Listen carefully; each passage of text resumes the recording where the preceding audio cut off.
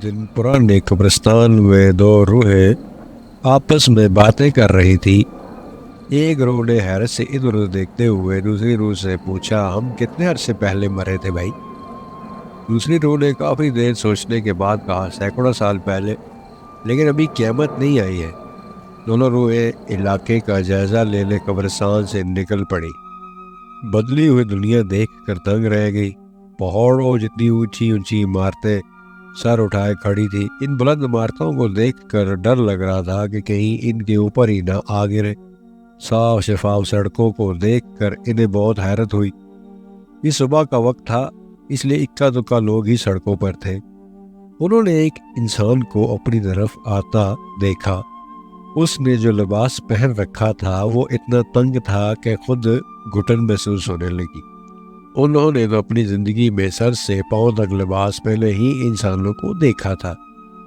दोनों कदीम रूहें बड़े मज़े से सड़क के दरमियान चल रही थी कि अचानक उन्हें अपने पीछे शोर सुनाई दिया। दोनों ने पलट कर देखा तो एक खौफनाक लाश शोर मचाती इधर आती नजर आई। दोनों रूहें घबरा कर चीखने लगी। वो बला धुआं छोड़ती तेज आवाज़ के साथ उनके बीच में से गुजर गई। दोनों रूहें डर गई। भागते भागते वो रेलगाड़ी की पटरी तक पहुंच गई। दूर तक जाती हुई लोहे की लंबी दो चपटी सलाखों को देखकर वो हैरान रह गई। इतने में छक छक करती रेलगाड़ी आ गई। रेलगाड़ी को देखकर तो खौफजदा हुई कि अपनी जगह से ही हिल भी न सकी और रेलगाड़ी उन्हें रोंदती हुई गुजरने लगी। न जाने इस बला के जिस्म के कितने हिस्से हैं जो ख़त्म ही नहीं हो रहे। दोनों रूहें सहमी हुई सोच रही थी। अल्लाह अल्लाह करके रेलगाड़ी गुजरी तो वो उछल कर खड़ी हो गई। उन्हें डर था कि ये खौफनाक अफरीत फिर वापस ना आ जाए। वो सर पर पाँव रखकर वहाँ से भागी। अब दोनों रूहें फिर एक साफ सुथरी सड़क पर पहुँच गई। उन्होंने एक पैशन ज़दा औरत इधर आती नजर आई। उसके सर के बाल किसी परिंदे के घोंसले की तरह बिखरे हुए थे। तो दोनों रूहें उस औरत के साथ चलने लगी। अचानक उस औरत के हाथ में पकड़े हुए बैग से एक पुरस्कार घंटी जैसी आवाज़ गूंजी।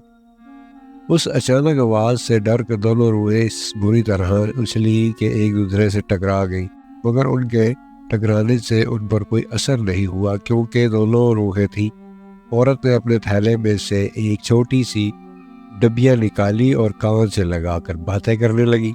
वो दोनों रूहें हैरान थी कि औरत अकेले ही बोले चली जा रही है। कभी कभी थक कर चुप भी हो जाती, कुछ सस्ता कर दोबारा बोलने लगी। दोनों कदीम रूहें अब एक पुल की दीवार पर बैठ गई। ये बात उनकी समझ में नहीं आ रही थी कि वो दुनिया के किस हिस्से में फंस गई हैं। इतने में आसमान पर एक चीखता चगाड़ता परिंदा नमदार हुआ। वो कान फाड़ देने वाले शोर के साथ ऐन उनके सर पर आ पहुंचा। ऐसा खौफनाक परिंदा उन्होंने जिंदगी में कभी नहीं देखा था। वो डर के मारे एक नाले में छुप गई। बला के गुजरने के बाद वो इधर उधर देख कर डरते डरते बाहर आई।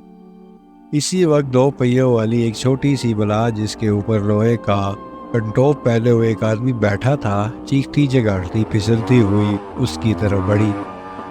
आसमान पर वो खौफनाक परिंदा और ज़मीन पर पीछा करती इस मुसीबत से डर कर दोनों रूहें कब्रिस्तान की तरफ भागी। भागते भागते वो कब्रिस्तान पहुंची और छलांग लगाकर अपनी कब्रों में वापस चली और वहां जाकर उन्होंने सुख का सांस लिया।